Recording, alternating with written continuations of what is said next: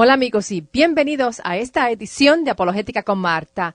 En los últimos segmentos estudiamos el origen de la organización de los Testigos de Jehová, estudiamos sobre cómo hicieron su traducción de la Biblia, que se conoce como la traducción Nuevo Mundo, estudiamos sobre sus doctrinas relacionadas a la Trinidad, a la deidad de Jesús, estudiamos sobre sus creencias de la resurrección, sobre la redención mediante Jesús, y comparamos su doctrina del aniquilamiento y del gobierno con lo que enseña la Biblia.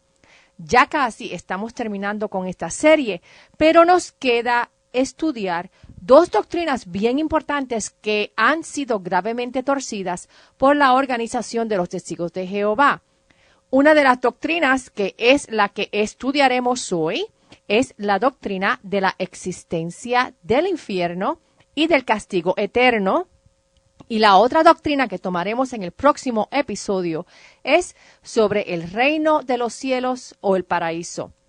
Todos los programas pasados están disponibles en mi página en Facebook, Apologética con Marta, o en la página en línea apologeticaconmarta.org. Así que si se perdió un episodio pasado porque estaba trabajando o de vacaciones y no nos escuchó mediante la radio, tienen acceso a los programas, ya sea por fecha o por temas, mediante el enlace de programas radiales en archivo. Nuevamente, el enlace en línea es apologeticaconmarta.org. Quiero darles unas tasas o porcentajes sobre qué creen algunos grupos religiosos y no religiosos sobre la existencia del paraíso celestial y del infierno. Creo que van a encontrar muy interesante los resultados de esta encuesta que hizo el Pew Center en el 2014. Tomen en consideración que esta encuesta se hizo solamente en los Estados Unidos. Dentro del mormonismo, el 62% cree en la existencia del infierno y el 95% de las personas cree en la existencia del paraíso. Dentro de las denominaciones evangélicas, el 82% cree en el infierno y el 88% cree en la existencia del paraíso. Dentro del catolicismo, el 63% cree en el infierno y el 85% cree en el paraíso. Dentro del islamismo, el 76% de los musulmanes creen en la existencia del infierno y el 89% cree en la existencia del paraíso. Dentro del judaísmo, y esto les sorprenderá, el 22% cree en la existencia del infierno y el 40% cree en la existencia del paraíso. Dentro del ateísmo, el 3% cree en la existencia del infierno y el 5% cree en la existencia del paraíso. Es interesante porque un verdadero ateo no está justificado a creer en la existencia del cielo o del infierno, porque si todo lo que existe es materia y no existe un ámbito supernatural, entonces el cielo ni el infierno deben ser parte de una opción para el ateo.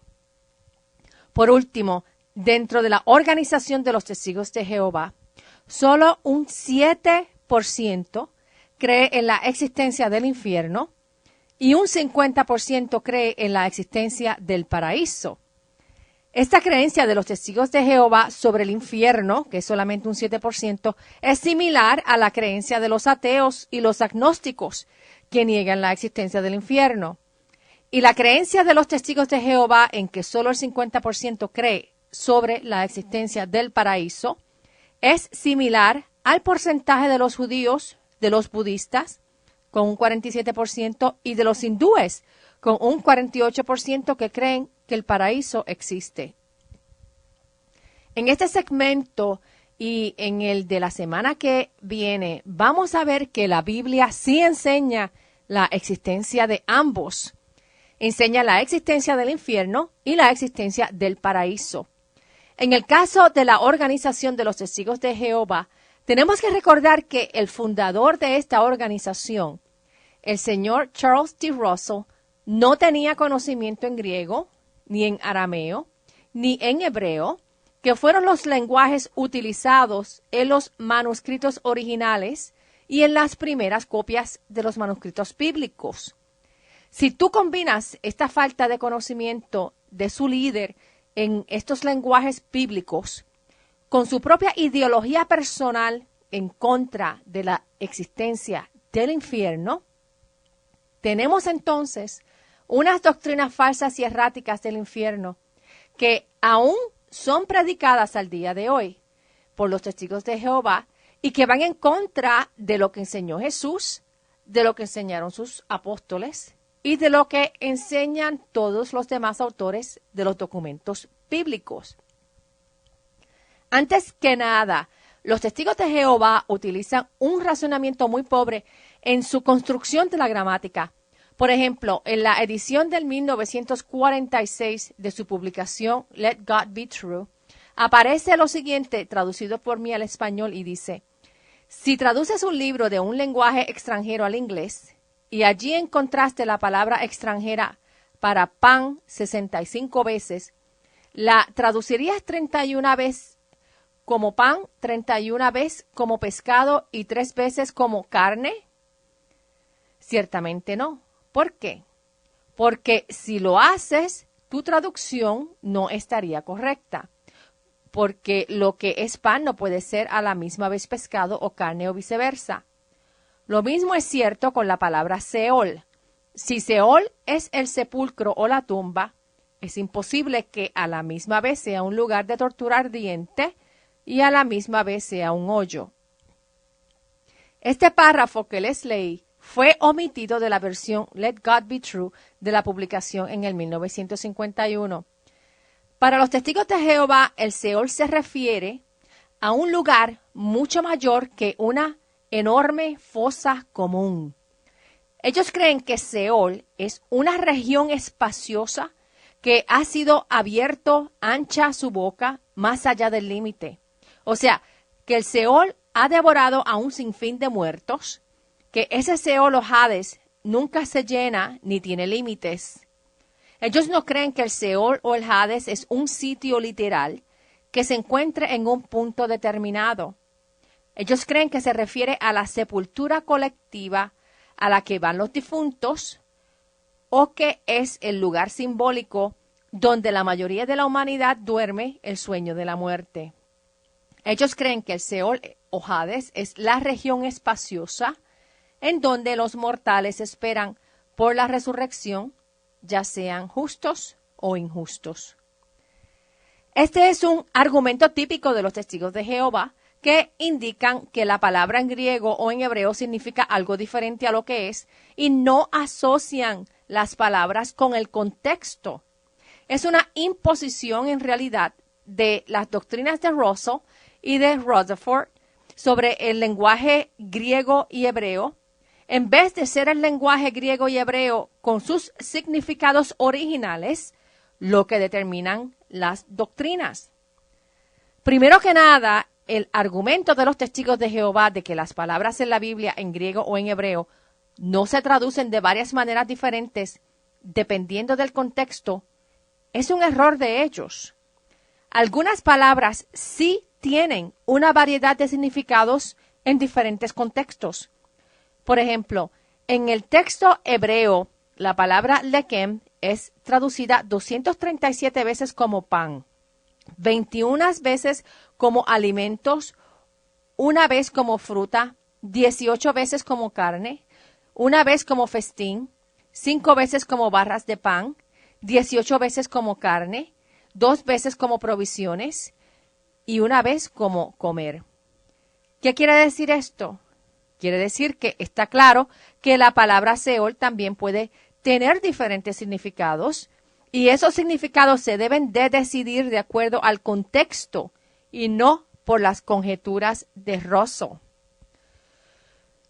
Una buena concordancia de la Biblia que incluye un diccionario del hebreo, del arameo y del griego te muestra cada palabra en estos lenguajes, te enumera las veces que esa palabra aparece en los manuscritos bíblicos.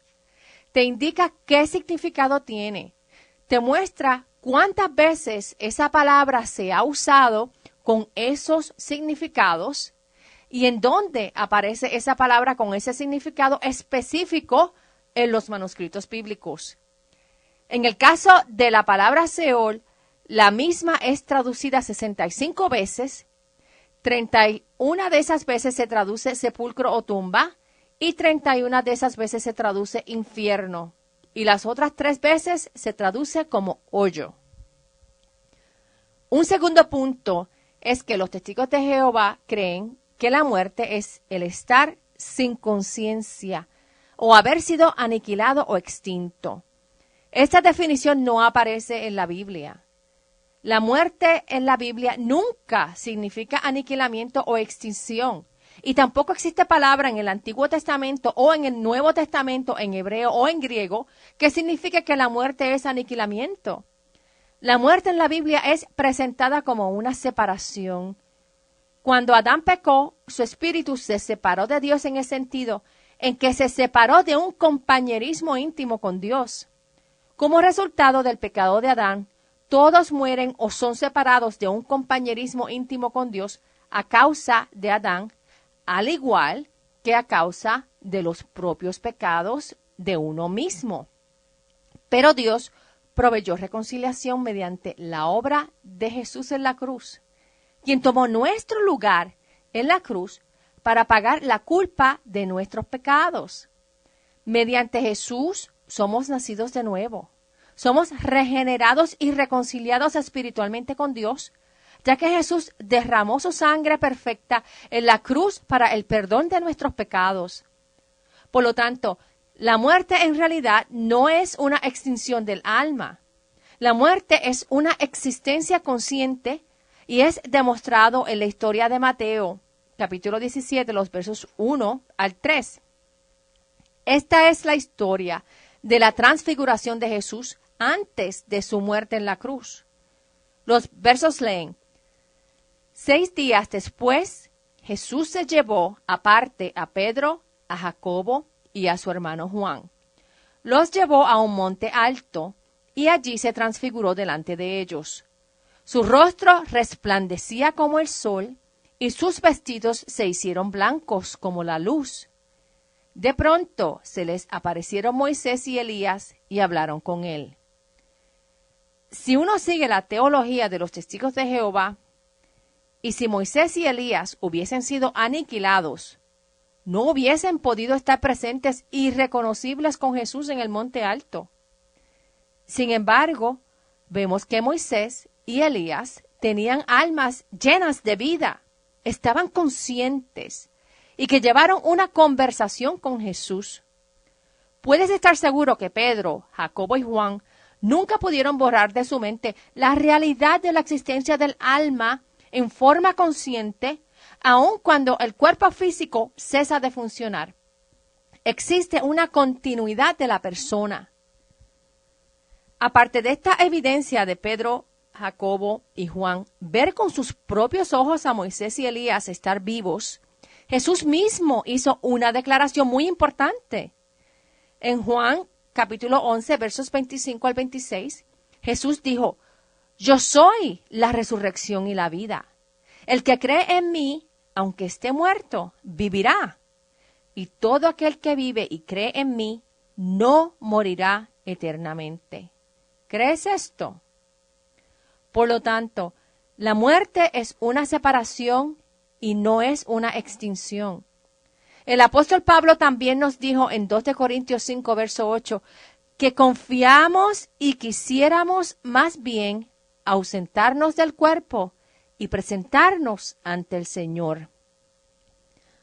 Otro error de los testigos de Jehová radica en su declaración de lo que significa la palabra griega Gehenna. Ellos indican que Gehenna simboliza destrucción eterna. Sin embargo, no existe evidencia que Gehenna significa aniquilamiento o destrucción eterna en el Nuevo Testamento. Es todo lo contrario. En Mateo 5, verso 22, Gehenna es presentado como infierno de fuego. En la Biblia encontramos muchos versos que afirman la existencia de un lugar de tormento consciente, eterno, en donde Satanás y sus seguidores se mantendrán en un futuro eterno, separados de la presencia de Dios y de la gloria de su poder. Veamos algunos de estos versos. Mateo 8, versos 11 al 12 dice: Yo les digo que muchos vendrán del oriente y del occidente, y se sentarán con Abraham, Isaac y Jacob en el reino de los cielos. Pero los hijos del reino serán arrojados a las tinieblas de afuera. Allí habrá llanto y rechinar de dientes. Apocalipsis 14, versos 9 al 11. Dice: A los 2 ángeles los siguió un tercero, que a grandes voces decía: El que adore a la bestia y a su imagen, y acepte llevar su marca en el frente o en la mano, también beberá del vino de la ira de Dios, que ha sido vaciado puro en la copa de su ira, y será atormentado con fuego y azufre delante de los santos ángeles y del Cordero. El humo de su tormento subirá por los siglos de los siglos, pues ni de día ni de noche tendrán reposo los que adoren a la bestia y a su imagen, ni nadie que acepte llevar la marca de su nombre. En Apocalipsis 19, verso 20 dice: Pero la bestia fue apresada y también el falso profeta que había hecho señales milagrosas delante de ella, con las que había engañado a los que recibieron la marca de la bestia y habían adorado su imagen. Estos 2 fueron lanzados vivos a un lago de fuego que arde con azufre. Estos versos claramente indican y prueban que existe una separación consciente eterna de Dios y que el tormento es real. El apóstol Juan en Apocalipsis 20, verso 10 escribió: El diablo que los había engañado fue lanzado al lago de fuego y azufre, donde estaban la bestia y el falso profeta, y allí serán atormentados día y noche por los siglos de los siglos. La palabra griega basanizo literalmente significa atormentar, torturar o estar en un dolor grave. Esa palabra se usa en el Nuevo Testamento para hacer hincapié en gran dolor y miseria consciente.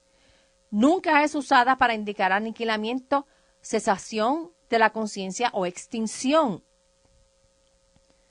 Las escrituras bíblicas claramente enseñan un castigo consciente eterno y un gran tormento para aquellos que rechazan a Jesús como Dios y Salvador. Los testigos de Jehová ven a Dios como un amigo porque Él ejecuta juicio justo y eterno, pero se enfocan en Dios ser amor, pero se olvidan de que Él es también justo y es la perfección de la justicia. Él es infinito y el pago de nuestros pecados requiere un pago infinito, por lo que Jesús, quien es eterno, vino a hacer ese pago de sangre eterna que nos limpia de pecados. La muerte no es una extinción y el infierno no es una ilusión. El infierno es un lugar en donde habrá castigo consciente eterno para todo el que rechaza a Dios.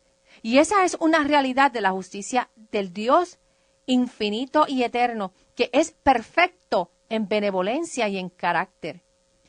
El apóstol Pablo nos habló sobre la indignación de Dios ante toda maldad humana. Si vamos a Romanos capítulo 2, los versos 8 al 9, dice que Dios castigará con ira a los que por egoísmo se rebelan y no obedecen a la verdad, sino a la injusticia. Habrá sufrimiento y angustia para todos los que hacen lo malo, en primer lugar para los judíos, pero también para los que no lo son. Dios es amor, pero es también justicia perfecta. Y no es Él quien condena al ser humano, es el ser humano quien ya se ha condenado a sí mismo. En Lucas 16, versos 19 al 31, tenemos la parábola del hombre rico y Lázaro, el hombre pobre. La historia dice que había un hombre rico y que cada día celebraba espléndidos banquetes. Había también un mendigo llamado Lázaro, que lleno de llagas pasaba el tiempo echado a la puerta de aquel, ansioso de saciarse con las migajas que caían de la mesa del rico, y hasta los perros venían y le lamían las llagas. Llegó el día en que el mendigo murió, y los ángeles se lo llevaron al lado de Abraham. Después murió también el rico, y fue sepultado. Cuando el rico estaba en el Hades, en medio de tormentos, alzó sus ojos y a lo lejos vio a Abraham y a Lázaro junto a él. Entonces gritó: Padre Abraham, ten compasión de mí. Envía a Lázaro para que moje la punta de su dedo en agua y me refresque la lengua, porque estas llamas me atormentan. Pero Abraham le dijo: Hijo mío, acuérdate de que mientras vivías, tú recibiste tus bienes y Lázaro recibió sus males. Pero ahora aquí él recibe consuelo y tú recibes tormentos. Pero además hay un gran abismo entre nosotros y ustedes, de manera que los que quieran pasar de aquí a donde están ustedes no pueden hacerlo, ni tampoco pueden pasar de allá hacia acá. Aquel respondió: Padre, entonces te ruego que envíes a Lázaro a la casa de mi padre, donde tengo 5 hermanos, para que les advierta, a fin de que no vengan ellos también a este lugar de tormento. Pero Abraham les respondió: Pero ellos tienen a Moisés y a los profetas, que los escuchen. Y aquel contestó: No lo harán, padre Abraham, pero si alguien de entre los muertos va a ellos, sí se arrepentirán. Abraham le dijo: Si no han escuchado a Moisés y a los profetas, tampoco se van a convencer si alguien se levanta de entre los muertos. Los testigos de Jehová indican que esta parábola es una profecía que se cumplió en el 1918. Ellos indican que el hombre rico representa al sacerdocio y que Lázaro representa el cuerpo fiel de Cristo. El sacerdocio es constantemente atormentado por la verdad proclamada por los pocos creyentes fieles. Esto en realidad es un torcimiento enorme de parte de los testigos de Jehová y no tiene un sentido textual. En esta historia, Jesús está presentando la condición de un alma perdida, representada por el hombre rico, quien rechazó a Dios durante su vida terrenal, y presenta al mendigo que tomó parte de la merced de Dios. Este hombre rico fue al tormento eterno, luego de su muerte física en la tierra, en donde él mismo estaba conscientemente indicando su sufrimiento por el tormento. Él estaba sufriendo y lo sabía. Los testigos de Jehová creen que para uno poder sufrir, uno tiene que existir físicamente. Sin embargo, podemos ver y nosotros mismos conocer que el alma sufre. Uno puede estar perfectamente físicamente saludable, pero sufrir profundamente y experimentar dolor intenso espiritual y emocional. También tenemos que recordar que Jesús, cuando él pronunciaba sus parábolas, él nunca usó nombres personales como el de Lázaro. Sin embargo, esta historia es literal, incluye los nombres de Lázaro y Abraham y muestra un sufrimiento profundo espiritual. Por lo tanto, debemos concluir que esta historia en específico del hombre rico y Lázaro es un caso actual histórico en que el alma sufre después de la muerte y está consciente en ese tormento. Pero Jesús vino para que lo conozcas, para que seas salvo mediante él y para que tengas la vida eterna en el paraíso, un paraíso del cual hablaremos en el próximo segmento. Recuerda visitar apologeticaconmarta.org y nuestra página en Facebook bajo Apologética con Marta. Que Dios los bendiga y hasta el próximo programa. Chao.